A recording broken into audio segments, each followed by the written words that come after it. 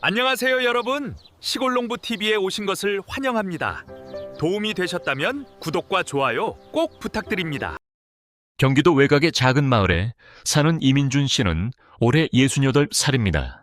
그는 퇴직 후 오랫동안 꿈꿔왔던 일을 드디어 시작했습니다. 바로 하우스 안에서 애플 수박을 직접 키워보는 것이었습니다. 모종을 심던 날 그는 아내에게 이렇게 말했습니다. 올여름에는 우리가 직접 키운 애플 수박을 손자들과 함께 먹을 수 있을 거야. 그런데 몇 주가 지나고 줄기는 무성하게 자랐습니다. 잎도 넓고 색도 진했습니다. 그런데 이상하게도 열매가 하나도 달리지 않았습니다. 이민준 씨는 답답한 마음에 하우스 안을 몇 번이고 들여다보았지만 원인을 알 수 없었습니다. 혹시 여러분도 이런 경험이 있으신가요? 분명히 정성껏 물도 주고 햇볕도 잘 들어오는 곳에 심었는데 열매는 좀처럼 달리지 않는 그 답답함. 사실 이 문제는 이민준 씨만의 이야기가 아닙니다. 최근 한국에서는 아파트 베란다, 주말 텃밭, 치유농장 등에서 애플 수박을 키우려는 분들이 빠르게 늘고 있습니다. 작은 크기에 껍질이 얇고 당도가 높아 인기가 높아졌기 때문입니다. 그런데 많은 분들이 처음 재배에서 같은 실수를 반복하고 있습니다.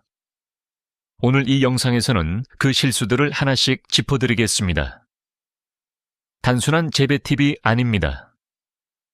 농촌진흥청 연구 결과와 실제 재배 데이터를 바탕으로 왜 애플 수박이 열매를 맺지 못하는지, 그리고 어떻게 해야 한 그루에서 10개 이상의 열매를 수확할 수 있는지를 과학적으로 설명해 드리겠습니다. 특히 오늘 핵심은 바로 잎이 26장과 13번째 마디라는 숫자입니다. 이 두 가지 숫자만 기억하셔도 애플 수박 재배의 절반은 성공한 것입니다. 지금부터 함께 알아보겠습니다. 그렇다면 왜 하우스, 즉 비닐하우스 안에서 애플 수박을 키우는 것이 유리할까요? 이민준 씨처럼 처음 도전하시는 분들이 가장 먼저 궁금해하시는 부분이기도 합니다. 단순히 비가 안 맞아서 좋다는 이야기가 아닙니다. 여기에는 분명한 과학적인 이유가 있습니다. 애플 수박은 일반 수박과 달리 과중이 500g에서 1kg 사이일 때 상품성이 가장 높습니다. 그런데 노지, 즉 야외에서 재배하게 되면 빗물과 토양 수분을 농부가 직접 통제할 수 없습니다. 수분이 갑자기 많아지면 열매가 필요 이상으로 커져버립니다. 크기가 커질수록 껍질이 두꺼워지고 당도는 떨어집니다. 그리고 무게를 이기지 못한 열매가 줄기에서 떨어지는 낙과 현상도 자주 발생합니다. 반면 하우스 안에서는 온도와 수분을 농부가 직접 조절할 수 있습니다. 그래서 열매의 크기와 당도를 일정하게 유지할 수 있고 상품성 높은 애플 수박을 안정적으로 수확할 수 있습니다. 그런데 바로 이 지점에서 많은 초보 재배자분들이 첫 번째 실수를 저지릅니다. 이민준 씨도 마찬가지였습니다. 하우스 안에 애플 수박 모종을 심으면서 공간이 아깝다는 생각에 그 옆에 상추도 함께 심었습니다. 푸릇푸릇한 상추와 애플 수박이 나란히 자라는 모습이 보기에는 참 흐뭇했습니다. 그런데 이것이 문제의 시작이었습니다. 상추는 수분을 굉장히 많이 필요로 하는 작물입니다. 잎이 크고 넓어서 수분 증발이 빠르기 때문에 자주 그리고 많이 물을 주어야 합니다. 반면 애플 수박은 생육 초기와 열매가 커지는 시기에는 적절한 수분이 필요하지만 열매가 익어가는 숙기에 접어들면 반드시 물 공급을 끊어야 합니다. 이 시기에 물을 계속 주면 당도가 올라가지 않고 껍질이 갈라지거나 열매가 무르는 현상이 생깁니다. 그러니까 상추와 애플 수박은 물 관리 방식이 근본적으로 다른 작물입니다. 이 둘을 같은 공간에서 함께 키운다는 것은 마치 에어컨을 틀면서 창문을 모두 열어놓는 것과 같습니다. 한쪽을 위해 무언가를 하면 반드시 다른 쪽이 피해를 입는 구조입니다.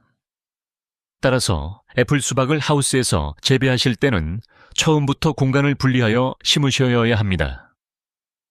물 요구량이 비슷한 작물끼리만 같은 공간에 배치하는 것, 이것이 재배 성공의 첫 번째 조건입니다. 장소 선택이 잘못되면 아무리 이후에 잘 관리해도 처음부터 다시 시작하는 것과 다름이 없습니다. 자, 이제 오늘 영상에서 가장 중요한 핵심으로 들어가겠습니다. 장소 문제를 해결했다고 해서 모든 것이 끝난 것이 아닙니다. 이민준 씨의 하우스에서 열매가 달리지 않았던 진짜 이유는 따로 있었습니다. 바로 적심, 즉 순지르기를 하지 않았기 때문입니다. 많은 분들이 이 단계를 그냥 넘어가십니다. 식물이 잘 자라고 있으니까 굳이 자랄 필요가 있겠느냐고 생각하시는 것입니다. 그런데 바로 그 생각이 가장 큰 실수입니다. 애플 수박의 생장 원리를 먼저 이해하셔야 합니다. 식물은 기본적으로 위를 향해 자라려는 본능을 가지고 있습니다. 이것을 정하우스 애성이라고 합니다. 쉽게 말씀드리면 줄기의 맨 끝에 있는 성장점이 살아있는 한 식물의 모든 에너지는 위로 올라가는 데에만 집중된다는 뜻입니다. 옆으로 가지를 뻗거나 열매를 맺는 데 쓸 에너지가 없습니다. 그러니까 아무리 오래 기다려도 어미줄기에서는 암꽃이 제대로 달리지 않습니다. 달린다고 해도 수꽃이 대부분이고 열매로 이어지지 않습니다. 그렇다면 해결책은 무엇일까요? 바로 그 성장점을 제거하는 것입니다. 이것이 적심입니다. 성장점을 잘라버리면 식물은 위로 자랄 수 없게 됩니다.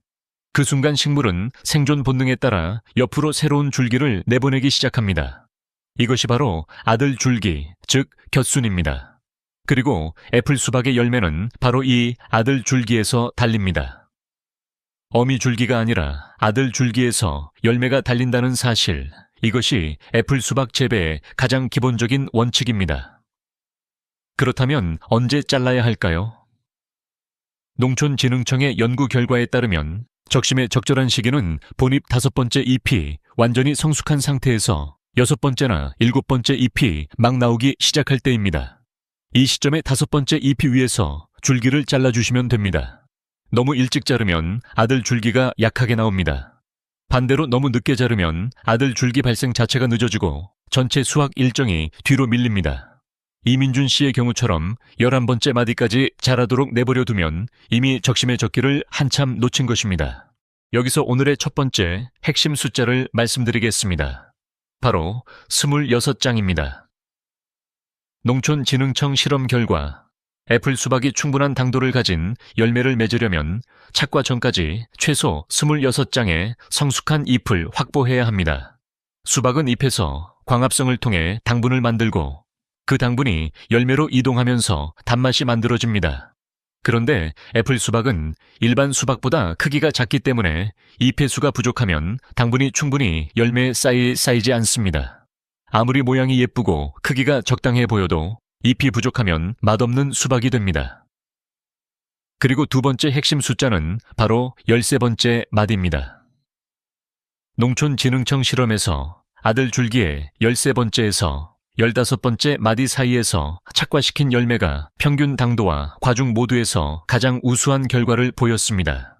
13번째 마디보다 이른 위치에서 착과시키면 줄기가 아직 충분히 성숙하지 않은 상태이기 때문에 열매의 품질이 떨어집니다. 즉, 적심을 제때하고 아들 줄기를 잘 키운 다음 13번째 마디 이후에서 착과시키는 것. 이 세 가지가 맞아떨어질 때 비로소 달고실한 애플 수박을 수확할 수 있습니다. 결국 적심은 단순히 가지를 자르는 행위가 아닙니다. 식물의 에너지 흐름을 농부가 의도적으로 설계하는 작업입니다. 이 사실을 이해하는 순간 애플 수박 재배가 전혀 다르게 보이기 시작합니다. 적심의 원리를 이해하셨다면 이제 반드시 알아야 할 것이 하나 더 있습니다. 바로 애플 수박 줄기의 구조를 정확하게 파악하는 것입니다. 적심을 언제 해야 하는지 알아도 어디를 잘라야 하는지 모르면 소용이 없습니다. 그리고 아들 줄기가 나왔을 때 어떤 것을 선택하고 어떤 것을 제거해야 하는지 모르면 오히려 더 큰 혼란이 생깁니다. 실제로 많은 분들이 이 단계에서 실수를 합니다. 경남 진주에 사는 박성호 씨는 62살로 주말마다 텃밭을 가꾸는 것을 낙으로 삼는 분입니다. 박성호 씨는 적심을 용기 있게 실행했습니다. 5번째, 잎 위에서 어미 줄기를 잘랐습니다. 며칠 후 새로운 줄기들이 여기저기서 돋아나기 시작했습니다. 그런데 박성호 씨는 그만 당황하고 말았습니다. 어느 것이 아들 줄기이고 어느 것이 잎자루인지 또 어느 것이 어미줄기에서 이어지는 연장선인지 전혀 구분이 되지 않았던 것입니다. 결국 그는 아들 줄기 하나를 잡초로 오해하고 뽑아버렸습니다.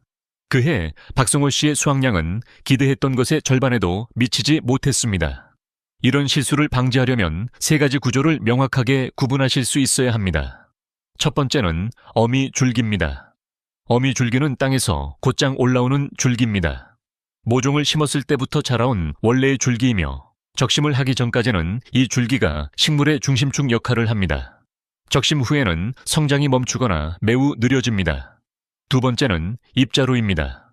잎자루는 어미 줄기와 잎을 연결하는 가는 줄기입니다. 처음 보시는 분들은 이것을 새로운 줄기로 오해하시는 경우가 많습니다. 그러나 잎자루는 줄기가 아닙니다. 끝에 잎이 달려 있고 그 이상으로 자라지 않습니다. 절대로 자르시면 안 됩니다. 세 번째가 바로 아들 줄기입니다. 아들 줄기는 어미 줄기와 잎자루가 만나는 지점, 즉 잎교드랑이 부분에서 돋아나는 새로운 줄기입니다. 방향은 잎과 비슷하게 옆으로 뻗어나옵니다. 적심 이후 며칠이 지나면 이 아들 줄기들이 하나씩 모습을 드러내기 시작합니다. 이것이 앞으로 열매를 달아야 할 핵심 줄기들입니다. 아들 줄기가 여러 개 나왔을 때는 모두 키울 필요가 없습니다. 첫 번째와 두 번째, AP 겨드랑이에서 나오는 아들 줄기는 대체로 세력이 약합니다. 따라서 세 번째에서 다섯 번째 EP 겨드랑이에서 나오는 아들 줄기 중에서 가장 굵고 건강해 보이는 2개 혹은 3개를 선택하시면 됩니다. 나머지는 과감하게 제거하셔야 합니다. 줄기수가 많다고 열매가 많이 달리는 것이 아닙니다. 오히려 줄기수가 너무 많으면 영양분이 분산되어 열매 하나하나의 품질이 떨어집니다.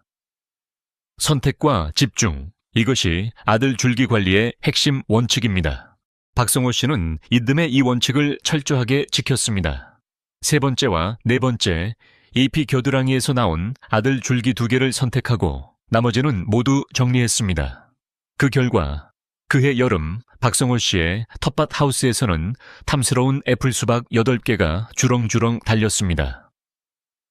아들 줄기를 선택하는 방법까지 이해하셨다면 이제 많은 분들이 놓치고 있는 또 하나의 중요한 사실을 말씀드릴 차례입니다.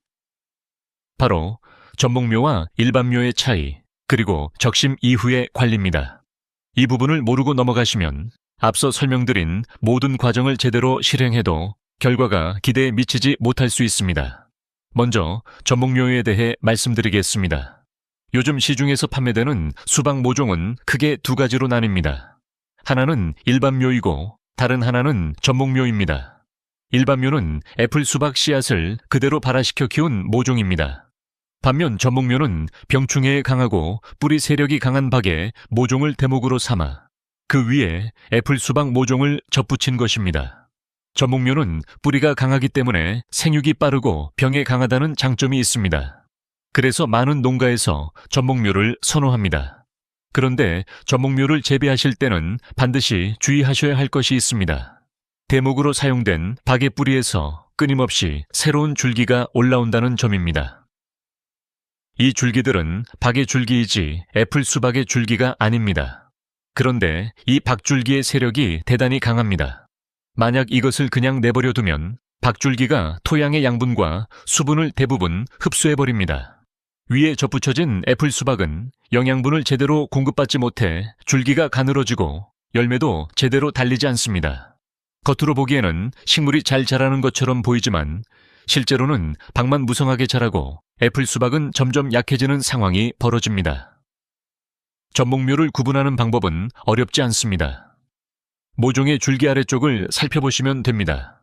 전목 부위에 작은 흉터 자국이 있거나 엄지손가락만 한 크기의 넓은 잎이 하나 붙어 있으면 전목묘입니다. 그 넓은 잎이 바로 대목으로 사용된 박의 떡잎입니다. 반면 일반묘는 떡잎이 손톱만큼 작고 전목 흉터가 없습니다. 이민준 씨의 모종은 일반묘였습니다. 그래서 전목묘와 관련된 문제는 없었지만 전목묘를 구입하신 분들은 반드시 이 점을 기억하셔야 합니다. 대목 부분에서 올라오는 모든 줄기는 발견하는 즉시 제거하셔야 합니다. 조금이라도 늦으면 그만큼 애플 수박이 받아야 할 영양분이 줄어듭니다. 이제 적심 이후의 관리에 대해 말씀드리겠습니다.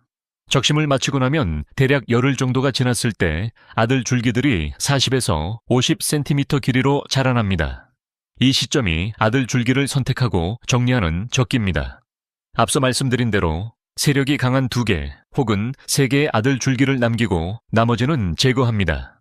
그리고 선택한 아들 줄기는 하우스 안의 유인줄을 따라 방향을 잡아 주셔야 합니다. 줄기가 엉키거나 겹치지 않도록 서로 충분한 간격을 두고 유인해 주시는 것이 중요합니다. 줄기가 엉키면 잎이 서로 가려져 광합성 효율이 떨어지고 병해충이 발생하기도 쉽습니다. 아들 줄기를 유인하면서 동시에 곁순 관리도 하셔야 합니다. 아들 줄기에서도 또 다른 곁순이 계속 나옵니다. 착과시킨 위치 바로 아래마디의 곁순은 하나 남겨두시고 그 아래에서 나오는 곁순은 모두 제거하시면 됩니다. 착과 위치 위쪽의 곁순은 굳이 제거하지 않아도 됩니다. 그렇다면 열매는 정확히 어느 위치에서 달아야 할까요? 앞서 말씀드린 농촌진흥청 연구 결과를 다시 한번 강조하겠습니다. 아들 줄기의 13번째에서 15번째 마디 사이에서 착과시키는 것이 가장 이상적입니다. 이 위치에서 착과된 열매가 평균 당도와 무게 모두에서 가장 우수한 결과를 보였습니다. 13번째 마디보다 아래에서 달린 열매는 초기에 제거해 주시는 것이 좋습니다. 줄기가 충분히 성숙하지 않은 상태에서 열매를 달면 열매도 줄기도 모두 약해지기 때문입니다. 이민준 씨는 이 모든 과정을 처음부터 다시 시작했습니다. 늦게나마 적심을 하고 아들 줄기 3개를 선택했습니다. 열흘 후 아들 줄기들이 힘차게 뻗어나왔습니다. 그는 줄기마다 정성스럽게 유인줄을 달아주었습니다. 그리고 아들 줄기의 14번째 마디, 근처에서 암꽃이 피었을 때 인공 수분을 도와주었습니다. 그로부터 몇 주 후, 이민준 씨의 하우스 안에는 탐스러운 애플 수박 12개가 주렁주렁 매달렸습니다. 지난해에는 단 하나의 열매도 얻지 못했던 그 하우스에서 말입니다. 이민준 씨는 그 풍경을 보며 한참 동안 말을 잇지 못했다고 합니다. 오늘 영상을 통해 우리는 애플 수박 재배에서 반드시 알아야 할 3가지 핵심 원칙을 함께 살펴보았습니다. 첫 번째는 재배 장소의 선택입니다. 하우스 안에서 물 요구량이 다른 작물과 함께 심는 것은 처음부터 실패를 예약하는 것과 같습니다. 애플 수박은 반드시 수분 관리가 독립적으로 가능한 공간에서 재배하셔야 합니다. 두 번째는 적심의 시기와 방법입니다. 5번째 잎이 완전히 성숙했을 때 그 위에서 어미줄기를 잘라주는 것, 그리고 그 이후 세력이 강한 아들 줄기 2개 혹은 3개를 선택해서 키우는 것. 이것이 애플 수박 재배의 가장 중요한 기술입니다. 세 번째는 착과 위치의 과학입니다. 농촌진흥청 연구 결과가 증명하듯 26장의 성숙한 잎을 확보하고 아들 줄기의 13번째에서 15번째 마디 사이에서 착과시킬 때 비로소 당도 높고 실한 애플 수박을 수확할 수 있습니다. 이 3가지는 단순한 재배 요령이 아닙니다. 식물의 생장 원리를 이해하고 그 원리에 따라 농부가 능동적으로 개입하는 과학적인 접근입니다. 처음에는 낯설고 어렵게 느껴질 수 있습니다. 가위를 들고 싱싱하게 자라는 줄기를 잘라내는 일이 쉽지 않다는 것, 저도 잘 알고 있습니다. 그러나 그 한 번의 결단이 수확의 풍성함을 결정합니다. 이민준 씨는 올여름 손자들과 함께 하우스 문을 열었습니다. 아이들은 주렁주렁 매달린 애플 수박을 보며 눈을 동그랗게 떴습니다. 할아버지가 직접 키운 수박이라는 말에 아이들은 신이 나서 하나씩 골랐습니다. 마당에 돗자리를 펴고 온 가족이 둘러앉아 수박을 나눠 먹었습니다. 이민준 씨는 그 순간이 올해 가장 행복한 순간이었다고 말했습니다. 열매 하나하나에 담긴 것은 단순한 과일이 아니었습니다. 실패를 딛고 다시 도전한 용기, 그리고 가족을 향한 정성이었습니다. 여러분도 할 수 있습니다. 처음이라서 실수하는 것은 부끄러운 일이 아닙니다. 중요한 것은 그 실수에서 배우고 다음에는 더 잘하는 것입니다. 오늘 영상에서 배우신 내용을 텃밭에서, 하우스에서 혹은 베란다에서 직접 실천해 보시기 바랍니다. 그리고 여러분의 애플 수박이 탐스럽게 열렸을 때 그 기쁨을 댓글로 꼭 나눠주시기 바랍니다. 여러분의 이야기가 또 다른 누군가에게 용기가 됩니다. 오늘 영상이 도움이 되셨다면 구독과 좋아요 부탁드립니다. 알림 설정도 해두시면 다음 영상을 가장 먼저 만나보실 수 있습니다. 저는 다음 영상에서 더 유익한 내용으로 다시 찾아오겠습니다. 감사합니다.